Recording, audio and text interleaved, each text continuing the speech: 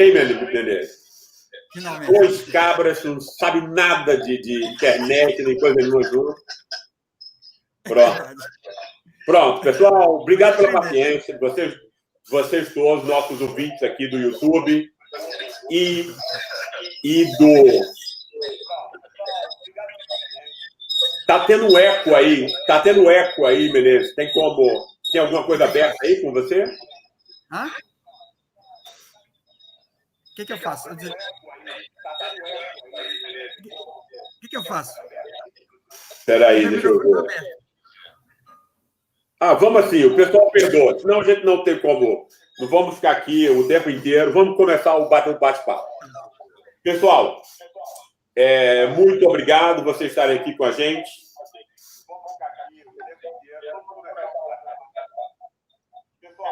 Você pode diminuir o som do seu celular, Menezes? Eu posso todo ele. Tirar o som. Ligar o som. Tá. Você pode diminuir o som do seu celular? Já diminuí. Hã? Diminuí. Pode tirar? Consegue tirar ele todo? Ele não tira tudo, fica só um restinho. Pronto, tá bom. Vamos lá. Pessoal, muitíssimo obrigado por vocês estarem aqui. Desculpem a nossa confusão aí. Aqui juntou dois rapazes aqui do século XVIII, não sabem nada de internet, nem como entra no Instagram, esse negócio todo. A gente ficou lutando contra isso. Mas conseguimos, bravamente. A gente vai discutir hoje aqui um tema que é extremamente importante, que eu ouvi o professor José Menezes Gomes falando. Gessé, Diga. tá dando eco. Eu não sei como a gente evita isso. Estão reclamando que tá tendo eco. Não sei. Eu não sei como é que faz para... Ele tem... vou baixar o computador aqui, peraí.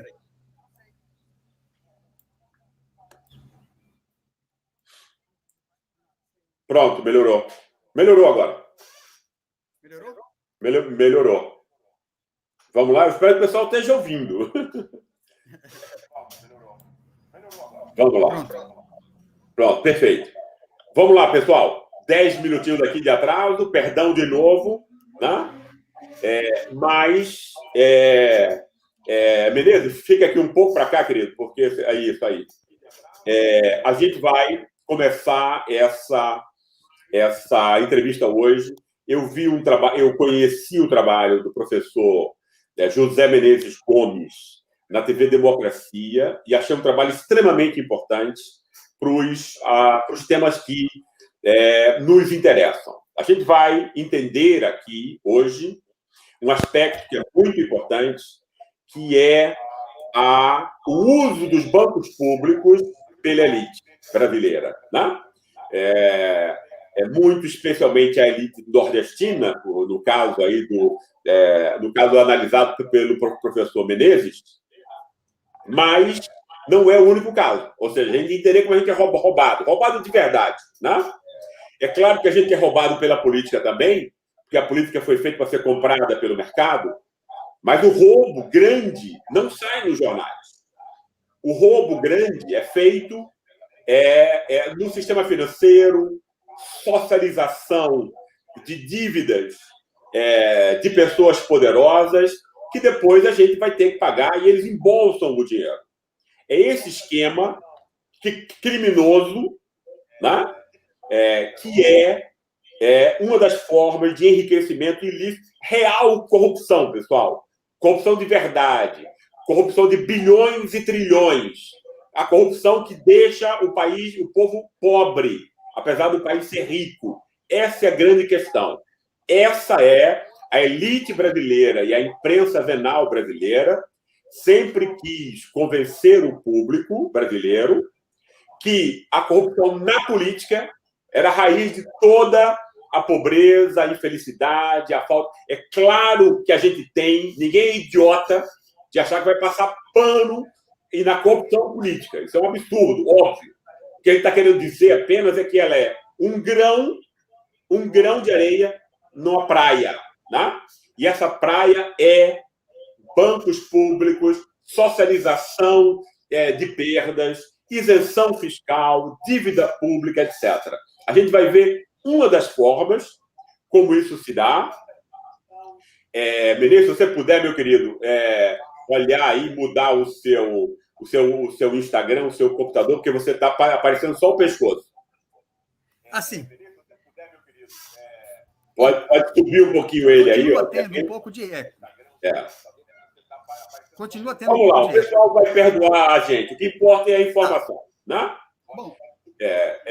Menezes, eu queria que você explicasse para a gente como a elite de Alagoas, do Nordeste e de outros estados usa os bancos públicos para roubar o povo. Roubar. E isso é corrupção. Real, muito dinheiro. Como é que esse pessoal rouba? Explica para a gente. Bom, em primeiro lugar, esse tema, por mais que eu esteja estudando ele, a sua ocorrência no Brasil nos últimos 20, 30 anos, esse tema de usar os bancos públicos como instrumento de alavancar a acumulação de capital e de impulsionamento da burguesia, esse tema já foi tratado por Marx, inclusive, quando ele falava de fabricar fabricantes. Ele até dizia que a dívida pública foi... Menezes, meu Deus, desculpe lhe interromper. Por favor, levante o seu celular, porque está aparecendo só o seu ombro. O pessoal não está vendo isso. Agora melhorou. Pronto. Vamos lá.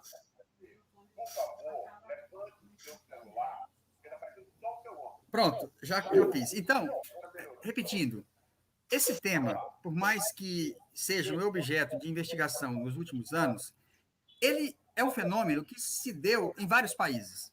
Friedrich List, na Alemanha, quando ele propôs que seria possível um país subdesenvolvido ou agrícola transformar-se em um país industrial, e ele tinha um modelo voltado para isso, ele tinha a noção exata do braço estatal, o instrumento estatal, ou seja, onde a acumulação primitiva não se deu, como na Inglaterra, você tinha o Estado unificado que possibilitou isso.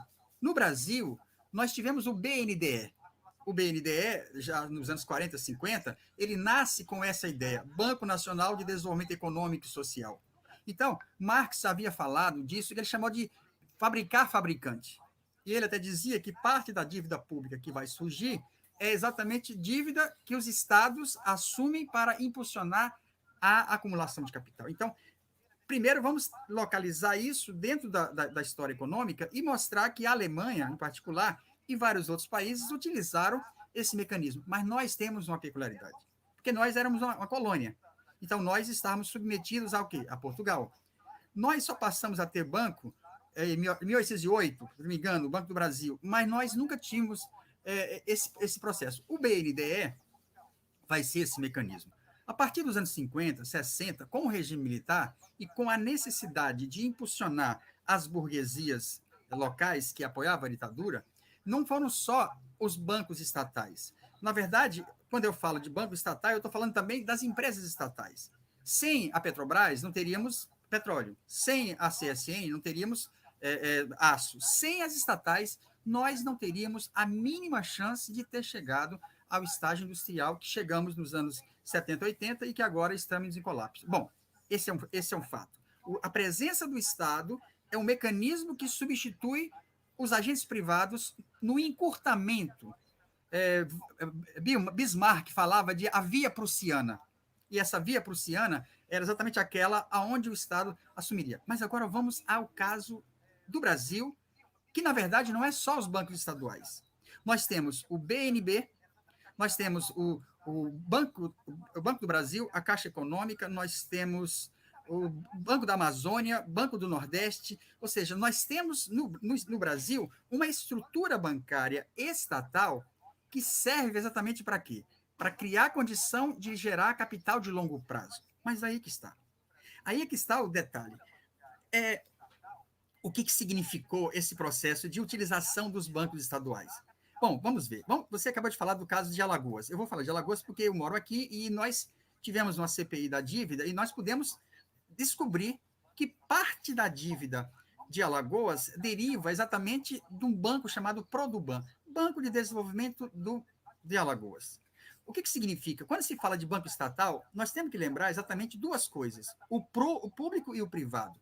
Porque a questão, eu sempre falo, é o super-homem e o Clark Kent e a Lois Lane que não consegue ver que um é a cara do outro. Ou seja, o que nós temos aqui são já agentes privados, no caso os usineiros, que estão na gestão do Estado, disfarçado, e que eles utilizam o aparato estatal para o quê? O seu processo de acumulação. Então, o que eles fizeram? Tomaram dinheiro emprestado no Banco de Alagoas, não pagaram. O Estado de Alagoas, para cobrir esse rombo... Menezes, melhora um pouco só a posição do seu celular. O pessoal continua não vendo o seu rosto. Pronto, tá bom? Põe ele em frente ao computador. Obrigado. Aqui. Melhora um pouco só a posição do seu celular. O pessoal continua não vendo o seu rosto. Tá bom. Agora tá vendo? Põe ele em frente ao computador. Tá, eu coloquei. Então aí é que está. O que aconteceu aqui em Alagoas foi exatamente isso. O Estado, gerido pelo interesse privado, que tem na sua gestão alguém do setor privado, libera empréstimos para esse setor, não libera dinheiro para fazer casa popular, não libera dinheiro para financiar a agricultura familiar, não libera dinheiro para os pobres, libera dinheiro para os ricos. Os ricos ficam, então, com toda a atenção desse Estado, além de todas as demais. Só que na hora de pagar, o que eles fizeram? Eles disseram, não tem como pagar. O Estado, também gerido por eles, toma dinheiro emprestado junto à União. Foram 500 e poucos milhões. O Estado, então, tomou dinheiro emprestado junto à União, só que aí o que aconteceu? A União cobrou do Estado que privatizasse ou liquidasse o Produban. Mas o que significa isso? Significa exatamente o quê? A dívida contraída pelos agentes privados que estão na gestão do Estado se transforma em dívida pública. Se transforma em dívida pública. Agora, para pagar essa dívida pública, o que tem que ser feito? Para pagar a dívida pública, o Estado vai ter que fazer o que nós chamamos de ajuste fiscal. E aí, o que acontece? Lembra daqueles que eu falei que não conseguiram empréstimo no Produban? Os camponeses, a agricultura familiar, as famílias pobres, todos esses ficaram à margem da utilização desse banco como agente de fomento social. Então, esses que ficaram sem o crédito, sem tudo, eles agora vão ficar sem outra coisa fundamental do Estado. Eles vão ficar sem a saúde, sem a educação, sem a segurança, sem as políticas públicas. Agora, o detalhe todo é que tudo isso que nós estamos vendo, ele teve fatos mais graves. Por exemplo, então, em 97, todos os bancos estaduais foram... O Brasil fez um acordo com o FMI e foi exigido as privatizações de todas as estatais. Dentro disso, o que se fez? Privatizou as empresas de água, de energia, privatizou tudo que sobrou, mas especialmente as empresas bancárias. E aí é que está. Na pesquisa que nós fizemos, da Auditoria Cidadã, o que nós constatamos? Que hoje, a dívida que Alagoas está pagando, 35% dela, ainda é dívida contraída pelo PROES, que houve um programa de restauração dos bancos estaduais. Então, o que acontece? O que aconteceu foi justamente isso. Privatizou todas as empresas estatais com dinheiro público. Isso é muito importante, porque o BNDE, ele acrescentou um S, que era exatamente o quê? O Banco Nacional de Desenvolvimento Econômico e Social. Mas o que aconteceu? Na hora que ele acrescentou o S, foi na hora em que o BNDES, que é banco público, passou a financiar a privatização das estatais. E aí, grande parte do setor produtivo estatal foi para a mão privada. Aí você fala assim, o setor privado é muito importante no setor petroquímico. Não, o setor público privatizado virou, mas com o quê? Com dinheiro do BNDES. Então, esse é um problema. Mas qual é a diferença? A diferença é que esse Estado, quando contrai um empréstimo junto a um banco privado, ele paga a taxa de juro alta. Mas quando ele libera dinheiro emprestado para o agente público, ele faz a 6% ou 7%. Então, esse é outro tipo de delito, que a gente fala, não, mas isso aí é o desenvolvimento econômico, vai gerar emprego. Então, o que nós temos efetivamente? Eu vou pegar aqui os dados para mostrar que não é só o caso de Alagoas. Deixa eu pegar aqui. Deixa eu ver. Peraí. Menezes, deixa eu lhe fazer uma pergunta em relação a isso. Para a gente montar um bate-papo. Beleza? Pode ser. Tá. E eu queria pedir mais uma vez que você for. O pessoal está vendo só metade do seu rosto. Isso. Ou então bota para cá, exato, pronto. Agora sim. Ah, Perfeito. Conta, Menezes, para o pessoal ficar, para o pessoal, enfim, ter. A gente tem que pôr as coisas assim, por exemplo, quem são as pessoas em Alagoas? Eu sei que não é ainda. Vamos por partes. Vamos primeiro mostrar como é a roubalheira em Alagoas. Depois a gente vai para os outros lugares, ok? Como é que funciona essa roubalheira em Alagoas? Como se dá essa relação entre a política e o roubo dos bancos públicos? E se você puder citar as famílias, etc., partidos, quem está envolvido nisso, ótimo. bom, nós temos o relatório da CPI do Produban. Nesse momento, eu não estou aqui com a tabela. A tabela só tem o CNPJ. Você havia até me alertado da importância de transformar esse CNPJ no CPF. Infelizmente, nós não conseguimos avançar nessa direção. Mas o que eu posso te adiantar é que esses CNPJs são os mesmos que estão no poder político há 30, 40 anos. Aqui nós temos o quê? Uma família que participou do processo de endividamento, o filho dela é prefeito. O outro, o filho é governador. Em Mato Grosso, onde eu nasci, o prefeito é de Cuiabá. O filho dele é candidato a prefeito de Várzea Grande. O que nós podemos observar é que por trás desse processo nós temos CNPJs famosos que pegaram esse dinheiro daqui e foram aplicar em outros locais. Que esse é outro detalhe. Esses usineiros, para ser bem claro, eles passaram a fazer o quê? Eles pegavam esse dinheiro aqui e montavam usina em Mato Grosso, montavam usina em Goiás, montavam usina em Minas Gerais. Mas não só isso. Eles começaram também a se metamorfosear. Eles começaram também a atuar no setor comercial, eles passaram a atuar, eles diversificaram. Mas o principal que eles não abrem mão é o poder político. Porque se você for ver, como eu falei, as mesmas famílias que apoiaram a ditadura militar e que endividaram o Estado e que quebraram o Estado, são as mesmas famílias. Agora, tem um detalhe. Estes também dominam os meios de comunicação. E aí é que está o grande problema. Por quê? Porque não é somente uma transferência que ocorreu do dinheiro público para o setor privado. Esse setor privado também é dono dos meios de comunicação. E aí é que fica dificultado. Por esse tema que eu estou falando aqui, eu falei com quem? Falei com você, falei com mais 4 ou 5 pessoas. Mas esse tema, ele não passa na mídia oficial. Ele não passa. E olha, o que eu estou falando aqui, eu tenho aqui as planilhas, eu tenho aqui planilha do Senado Federal, emitido pelo Banco do Brasil, eu tenho documentos oficiais. Então, esse é o grande problema. Mas eu queria só fazer para você ter uma ideia, eu vou fazer uma rápida aqui, como é que foi no Brasil inteiro. Então, olha só, nós temos aqui, deixa eu ver, no Acre, hoje, 93% da dívida pública do Acre, que compromete a universidade pública e a política pública, ela veio do Banacre. 93%. Veja bem, esses bancos foram privatizados nos anos 90. O estado de Alagoas é 35,7%. O estado do Amazonas, 100% da dívida pública. E lá eles já privatizaram até a água. 100% da dívida pública deriva do BEA. Na Bahia, 72%, ou 3,3 bilhões. Isso aqui dá 4 vezes o orçamento das 4 universidades baianas. É bom a gente fazer essa comparação, porque se a gente simplesmente fala, pegar o dinheiro público e houve uma apropriação privada, aí a gente fala, tudo bem não. Mas o que isso representa? Isso representa 3 orçamentos das 4 universidades baianas. Mas poderíamos dizer que isso aqui daria para financiar o SUS, daria para financiar a contratação de professores, concurso público. Olha só, no Ceará, 100% da dívida atual deriva do BEC, que é o Banco do Ceará.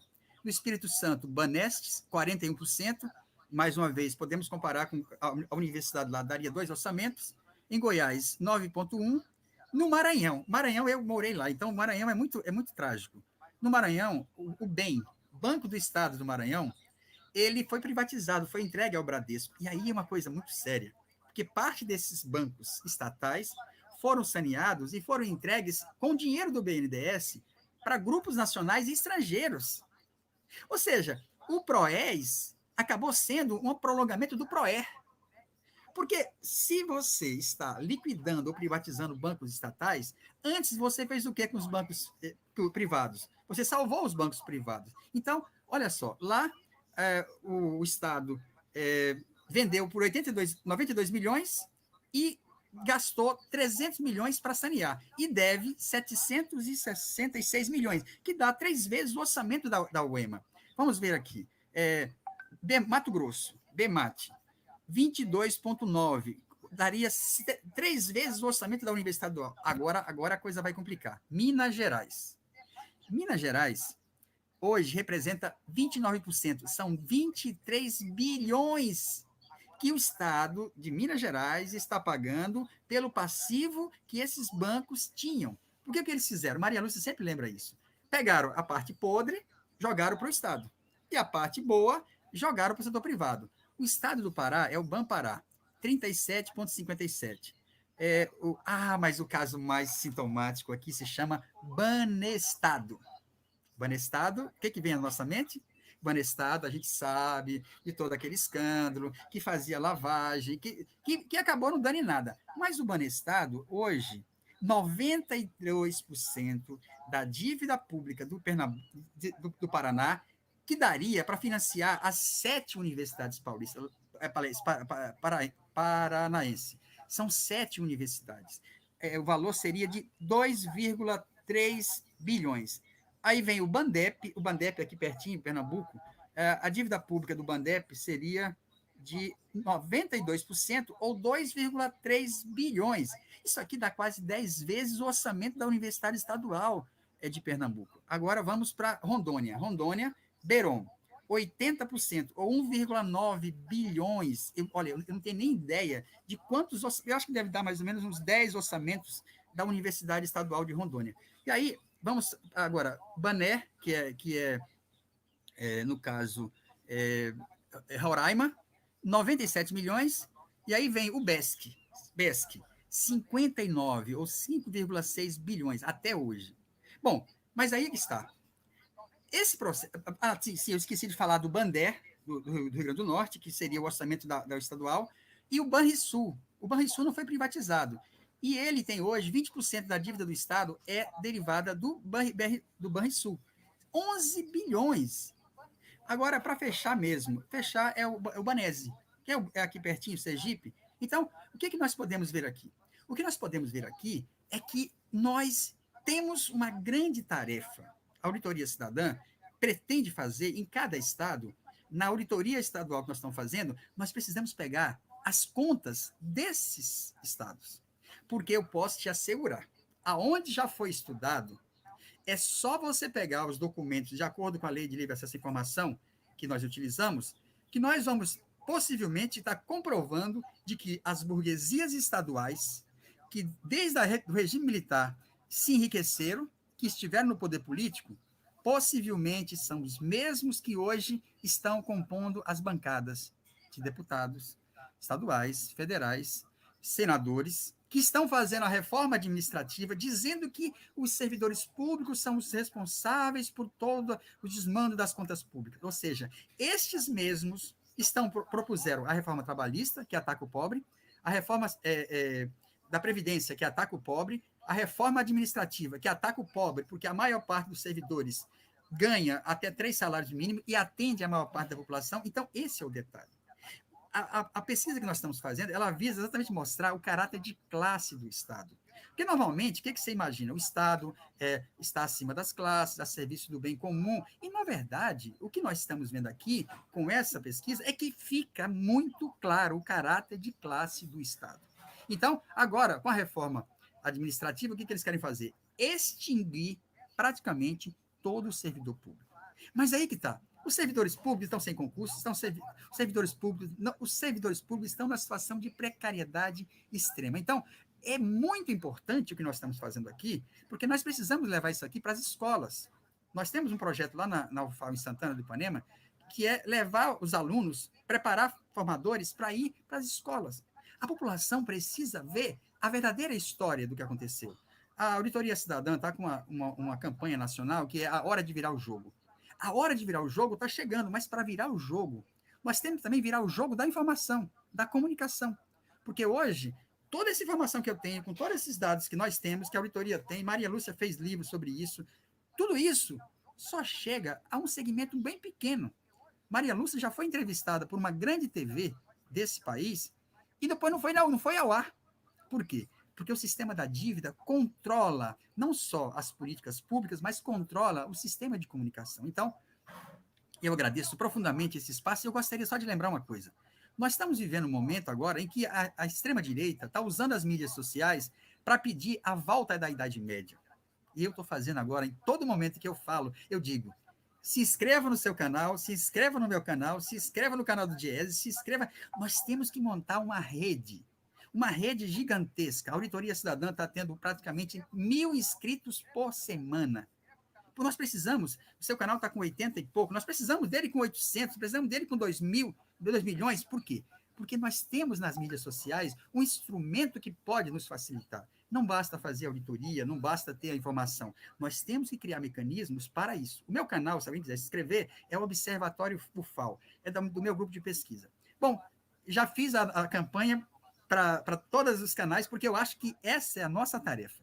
Nós temos que montar uma rede grandiosa, porque no dia que nós tivermos 2, 3 milhões, nós vamos ter a capacidade de dialogar com a população. E aquele outro grupo que está fazendo uma rede de fake news vai ser colocado em xeque, porque nós estamos buscando o quê? Nós fazemos a pesquisa, nós temos credibilidade, por quê? Porque aqui a gente só fala se tiver um dado oficial. Esse é o princípio da Auditoria Cidadã.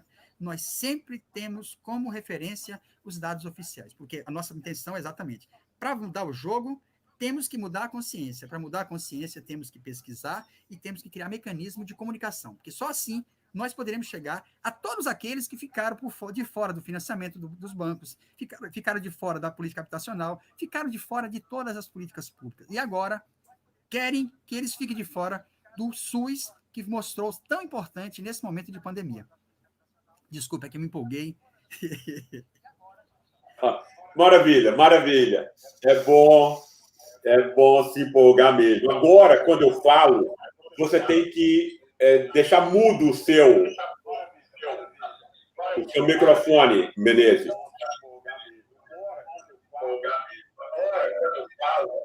Você consegue deixar mudo o seu?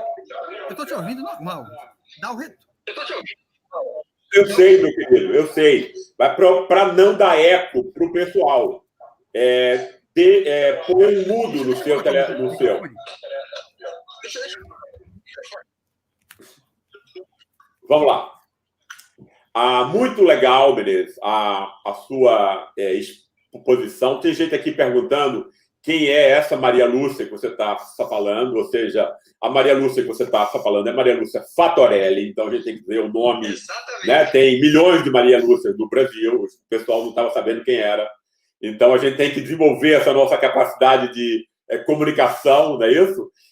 E fazer as coisas e isso eu achei muito importante. O seu trabalho é muito bonito, é muito importante. Eu gostei muito do seu trabalho. Queria elogiá-lo, né? Porque isso é um trabalho fundamental. Né? Tem gente aqui perguntando também sobre quais são as fontes. As fontes você disse que são oficiais, então era legal que você dissesse quais são essas fontes e como é que vocês têm acesso a isso. Né? E depois, eu achei muito interessante a relação também que você fez, Menezes, entre a roubalheira econômica, não é isso? O lugar político e as telecomunicações. Ou seja, né? Economia, o roubo das elites, não é isso? O roubo das elites de proprietários, é isso que está em jogo aqui. Né, que é uma elite que tem menos de 200 mil pessoas no Brasil, né, que rouba e tem o dinheiro de todo mundo, como você está também mostrando. Não sobra dinheiro para ninguém, né? É porque esse pessoal rouba, né? E também controla a informação. Ou seja, controla a informação, né? Que é o ponto de que esse tipo de informação jamais chega às pessoas, né? E aí, ao não chegar essas informações que mostram, né, como a elite, né, se apropria de quê? Através desse dinheiro que é roubado, no fundo, do povo, né? Você compra cargos políticos, não é isso? Que é isso que está em jogo, e você compra rádios, jornais, canais de televisão, repetidoras da Rede Globo, da Band, etc, etc. Então você tem todo o controle, né? Você assalta o orçamento público, que é isso que está nos bancos públicos, né? Não é isso? Não é outra coisa senão, né, o dinheiro que é construído pelo orçamento público, que é pago pelos pobres entre nós. O pessoal rouba isso, né? Usa a influência política, né, para que esse roubo seja socializado. Isso é extremamente importante, viu, Menezes? A gente dizer para as pessoas, né, de um modo que elas entendam. E aí eu te peço, meu querido, você pôr o seu celular, por favor, de novo, em frente para o pessoal ver o seu rosto. Em frente ao seu computador, o pessoal está vendo só você de lado. Entende? Pronto. Maravilha, obrigado. E aí, eu acho que iria ser uma coisa muito importante você responder isso. Primeiro. Hã? É que está dando retorno. Não, tudo bem. É só você deixar aí o mudo e deixar que o pessoal veja você, o seu rosto. Né? Entende? Deixar o pessoal ver o seu rosto, tanto no YouTube quanto no Instagram. Porque isso é extremamente importante. Porque se a pessoa não está vendo você, ela vai ficar desinteressada e não vai acompanhar uma coisa tão importante como é o seu trabalho. Aí, eu queria lhe pedir, Menezes, você explicar primeiro de onde é que vocês tiram as informações, né? E como é que você pode mostrar casos particulares, que você pegou aí vários estados agora, né? De como esse dinheiro só. Não precisa mostrar isso. Não precisa mostrar isso porque ninguém vai conseguir ler. Você pode dizer melhor. Você pode dizer. E também, além de dizer qual é a fonte, eu acho que seria muito interessante você mostrar algum caso que você conheça o nome da família e tal, entende isso? Né? A gente tem que pôr isso enfim, para que a população entenda. Eu estou tendo um retorno muito grande. Eu vou deixar...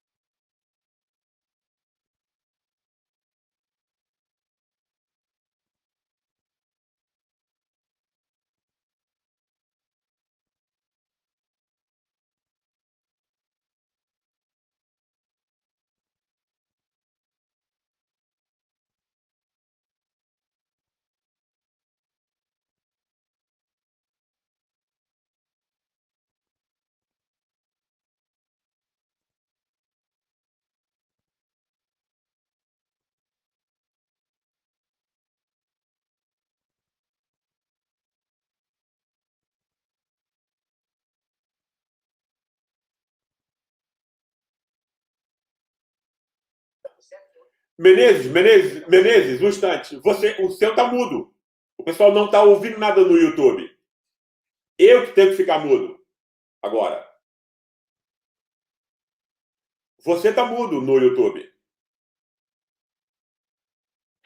Eu não sei.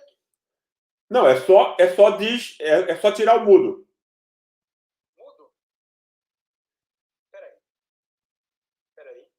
Ligue o seu microfone. Aqui, ó. Eu fechei. Vou abrir. Tá funcionando agora?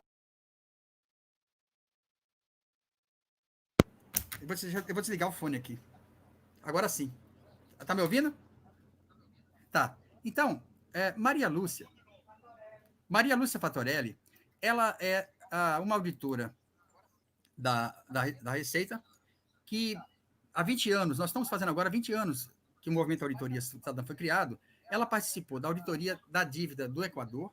No Equador foi constatado que 70% da dívida era ilegal esses pagamentos para a dívida ilegal foram suspensos, esse dinheiro acabou se transformando em investimentos sociais, em saúde e educação, que teve reflexos sobre a própria economia equatoriana. Ela também participou, junto com várias outras pessoas, Ramiro Chimures, Eric, foram vários pesquisadores. Também ela participou da auditoria da dívida na Grécia. E na Grécia, ela constatou algo muito parecido. O que ela constatou? Que a dívida, a partir dos documentos que ela pegou, a partir de 2010, liberados pelo próprio Congresso grego, toda a dívida praticamente que a Grécia teve que pagar, ou que continuou pagando, era a dívida dos bancos privados. Então, por motivos diferentes, os estados, na hora em que os agentes privados entram em colapso, o que eles fazem? Isso aconteceu nos Estados Unidos. Os Estados Unidos emitiram, parece que 7 trilhões de dólares para cobrir o rombo dos bancos privados. E aí o Ramiro Chimures, que é o nosso grande coordenador da nossa rede de cátedras, que mora no Uruguai, ele está colocando uma questão legal. E essa questão legal é exatamente o quê? A dívida de um Estado, para ser justificada socialmente ou legal, ela precisa ter justificativa social. E aqui nós estamos falando de simplesmente conversão de dívida privada em dívida pública sem nenhuma contrapartida. Nesse momento, nós vamos ter agora um seminário no começo de dezembro que vai juntar a rede de cátedras mais a auditoria cidadã, e nós vamos fazer uma mesa exatamente pegando alguns juristas, e nós temos... porque a auditoria não precisa só de economista, de contador, precisa também de jurista, precisa da ciência social. A auditoria que nós fazemos, ela é completa. Então, nesse momento, nós vamos fazer um estudo para ver como é possível questionar, dentro do que está colocado na legislação atual, aqui em outros países, o que determina uma dívida ser legal. E aí, do que eles já estudaram, ela tem que ter contrapartida social. Mas se você pegou dívida dos usineiros, dívida das burguesias regionais e transformou ela em dívida pública, não tem justificativa social. Então, isto pode gerar, em vários países, ações judiciais que possam levar à mobilização popular. Porque essa é a questão. A questão é, para que serve o Estado Nacional? Hoje, o Estado Nacional serve para quê? Ele toma dinheiro emprestado, ele pega dinheiro de pobre, ICMS, ele faz renúncia fiscal para rico, ele tem lei Candir que não permite ele arrecadar, ele faz endividamento junto aos bancos privados e ele libera dinheiro para o BNDES comprar.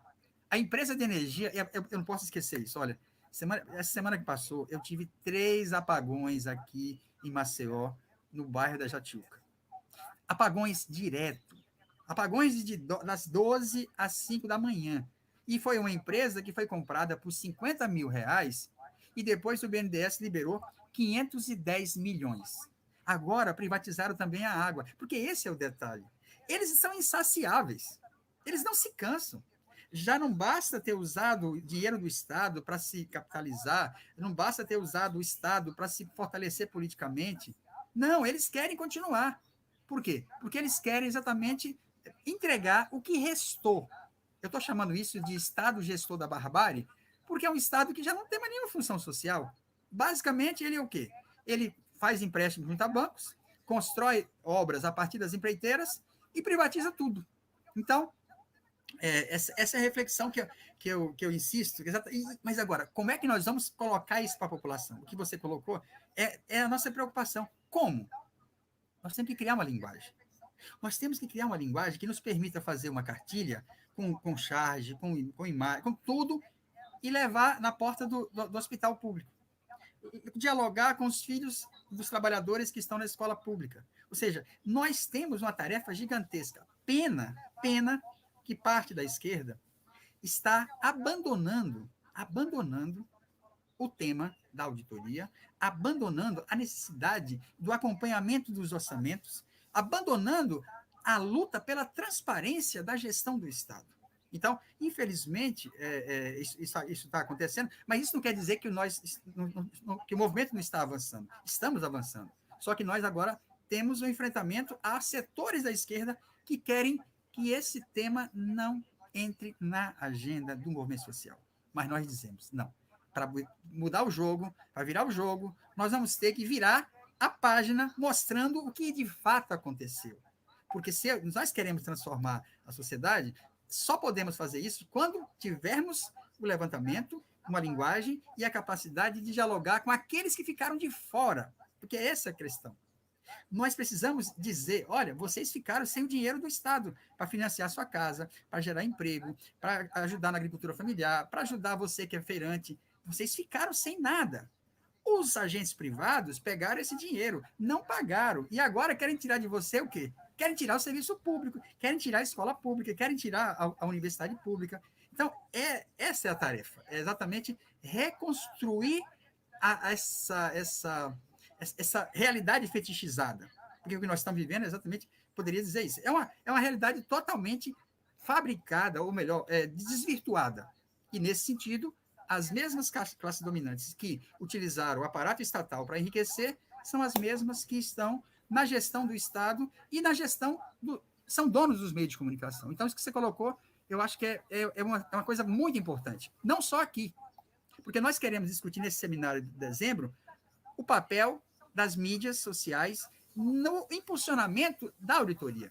Maria Lúcia sempre lembra que o segredo da eficiência da auditoria do Equador não foi somente uma questão técnica, de ter ali os melhores de várias partes do mundo, mas foi de ter um movimento social que dava respaldo e de ter mecanismo de comunicação. Ela ficava lembrando assim, olha, eles inventavam músicas, eles faziam charge, eles colocavam isso nas rádios populares, ou seja, eles transformaram o tema da auditoria em algo que a população absorveu. E ela entendeu que se ela está sem hospital, é porque o dinheiro público, que deveria ser usado para aquilo, foi usado para acumulação privada. Então, na verdade, a auditoria é um processo também de formação política.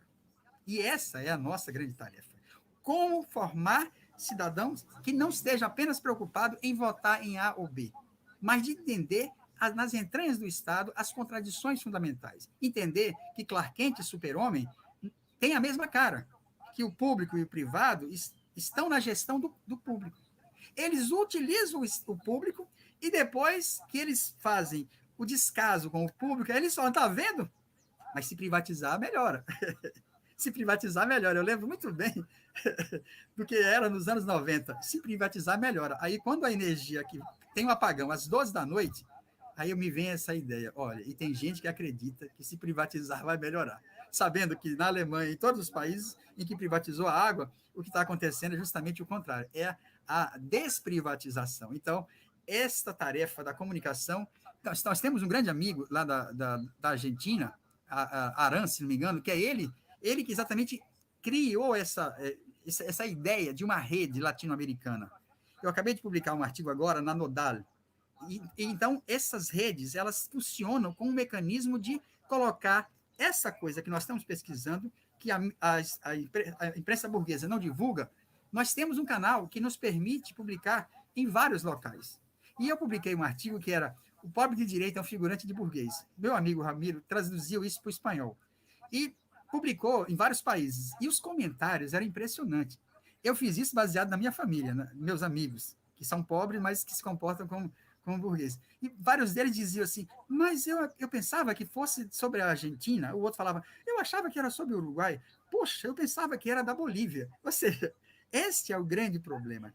Criou-se um mecanismo de fabricar pobre de direita. Quem que é pobre de direita? É aquele que não tem nenhuma consciência de classe. É aquele que tem a ilusão que ele está ganhando 2, 3 mil reais e ele tem a ilusão que vai ser burguês. Então, ele começa a defender a burguesia e ser contra o Estado, ser contra as políticas públicas, quando ele, na verdade, precisa do SUS, quando ele, na verdade, precisa da escola pública, quando ele, na verdade, é produto da desigualdade social que coloca ele marginalizado. Mas, no entanto, na falta da consciência de classe, então, esse artigo, quem quiser ler, está em espanhol, pobre de direita é um figurante de burguês. O outro ficou assim, pobre de direita é um farsante de burguês. Ou seja, esse artigo, ele circulou em vários países. Então, é esta a nossa tarefa. Criar mecanismos que nos permita dialogar, porque o nosso movimento da auditoria estatal ele tem que ter um caráter internacionalista. Agora, por exemplo, em Porto Rico. Em Porto Rico, houve um processo eleitoral em que a coordenadora do movimento lá, ela foi eleita ela foi eleita com a bandeira de levar a auditoria. Ou seja, o movimento social começa em alguns países. Essa camisa que eu estou usando, por exemplo, é de Porto Rico, Auditoria Já. Então é isso, é como construir esta nossa investigação, a nossa mobilização, buscando conscientizar a população, porque a mudança do jogo só vai ser feita quando mudarmos a consciência. E para isso nós temos que desafiar, construindo linguagem, mecanismo para chegar àqueles que ficaram de fora de todas as políticas públicas e poderão ficar ainda mais no momento de pandemia. Maravilha, beleza. Eu agradeço muito, foi um excelente... A gente teve alguns problemas assim, mas o pessoal vai perdoar isso porque o conteúdo ficou excelente, né? Que é o principal, né? O conteúdo é sempre o principal. E eu te agradeço muito, parabenizo pelo seu trabalho. Eu tenho também enorme admiração por Maria Lúcia e o grupo de vocês que fazem um trabalho que é fundamental para o Brasil. Então, eu gostaria de lhe agradecer, antes da gente encerrar aqui, né? Pedir às pessoas para darem like no nosso canal. Você pode também dizer depois, antes de encerrar e dar o seu adeus, dizer qual é o nome do seu canal, para o pessoal seguir. Calma, na hora. Pedir aí para o pessoal, a gente vai ter aqui, eu avisei os meus seguidores, a gente vai ter toda semana uma entrevista excelente, todas as semanas, né? E que vocês não vão se decepcionar, né? Então, avise para os seus amigos, se inscrevam no canal, deem like, que isso ajuda que esses temas tenham ouvido, né? Que eles cheguem a mais pessoas. A gente precisa que vocês ajudem nisso, né? Então, não esqueça, deem likes, sigam o canal, falem para os amigos, né? Isso vai nos ajudar muitíssimo, ok?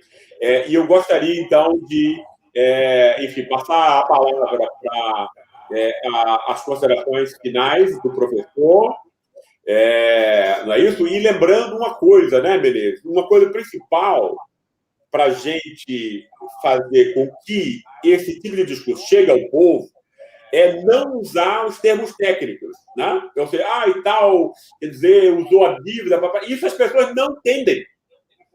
Eu acho que o termo que tem que ser usado é roubo. O termo que tem que ser usado é ladrão, né? Entendeu? Elite de ladrões, roubando dinheiro público, etc, etc. Né? Vamos lá. Diga aí o seu canal antes do seu adeus, Menezes. O meu canal é Observatório FAO, é do meu grupo de pesquisa aqui. Mas eu recomendaria também o canal da Auditoria Cidadã. É no YouTube. E é isso. Agradeço mais uma vez e precisamos exatamente criar essa rede para impulsionar o diálogo com a população. Porque essa população precisa do serviço público. Quando eu falo essa população, eu estou falando da minha família. Eu estou falando, eu preciso do SUS, eu preciso de políticas públicas. Então, a nossa tarefa é exatamente essa. Para dialogar com a população, nós temos que amparar, nos respaldar nas demandas dessa população, que, infelizmente, parte da esquerda abandonou esse questionamento. Então, é isso. Mais uma vez, obrigado. E é isso aí. Obrigadão. Um abraço, pessoal, a todos vocês. Até a próxima semana. Até mais.